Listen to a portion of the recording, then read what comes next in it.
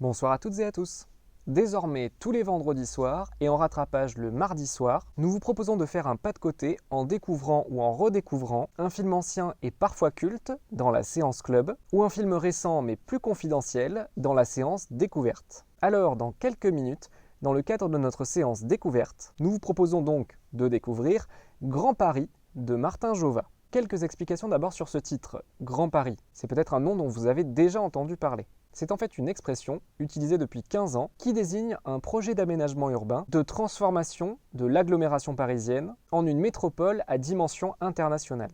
Ce projet, il a des racines anciennes. Dès le milieu du 19e siècle, alors que la ville de Paris venait d'annexer 11 communes limitrophes pour devenir la ville qu'on connaît aujourd'hui, Napoléon III avait eu l'idée d'aller plus loin jusqu'aux limites du département de la Seine. Jusqu'en 1968, cet ancien département français réunissait la ville de Paris ainsi que des communes des Hauts-de-Seine à l'ouest, de la Seine-Saint-Denis au nord-est et du Val-de-Marne au sud-est. Mais le Grand Paris, tel qu'on le désigne aujourd'hui, il est né en 2008, sous l'impulsion du président de la République de l'époque, Nicolas Sarkozy. C'est donc à cette époque qu'il est devenu un projet consistant notamment en la création d'un grand réseau de transport en commun, de métro plus particulièrement, le Grand Paris Express. C'est un réseau de plus de 200 km composé de 4 lignes nouvelles, la 15, 16, 17 et 18, mais aussi de l'extension de 2 lignes existantes, la 11 et la 14. Et ce chantier, c'est le point de départ du scénario complètement loufoque de Grand Paris, imaginé par le jeune réalisateur Martin Jova. C'est l'histoire de Leslie et Renard, deux jeunes banlieusards, qui trouvent un objet mystérieux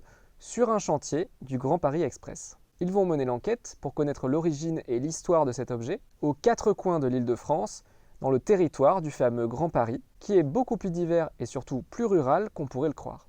Ce film, il me semblait intéressant de vous le montrer, à la fois pour ce qu'il raconte et aussi comment il le raconte. La question du comment, de la forme, elle est inhérente à mon sens au parcours de son réalisateur, Martin Jova. Il est jeune, il a 26 ans, mais il est surtout autodidacte. Et je ne sais pas si vous le savez, mais c'est très rare de nos jours de voir au cinéma un premier film d'un réalisateur autodidacte. Les jeunes cinéastes dont vous voyez les films habituellement, ils sortent plutôt de grandes écoles de cinéma, comme par exemple la Fémis. Martin Jova, il a un parcours plus atypique. Il a commencé des études littéraires, puis il s'est mis à faire des courts-métrages amateurs, avant d'être finalement repéré par un producteur qui lui a fait réaliser des courts-métrages professionnels.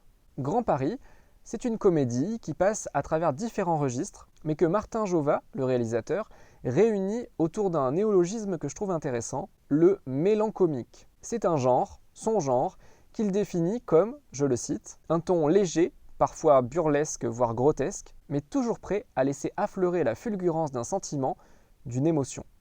Je le disais, en plus de sa forme, le film semble aussi intéressant pour ce qu'il raconte.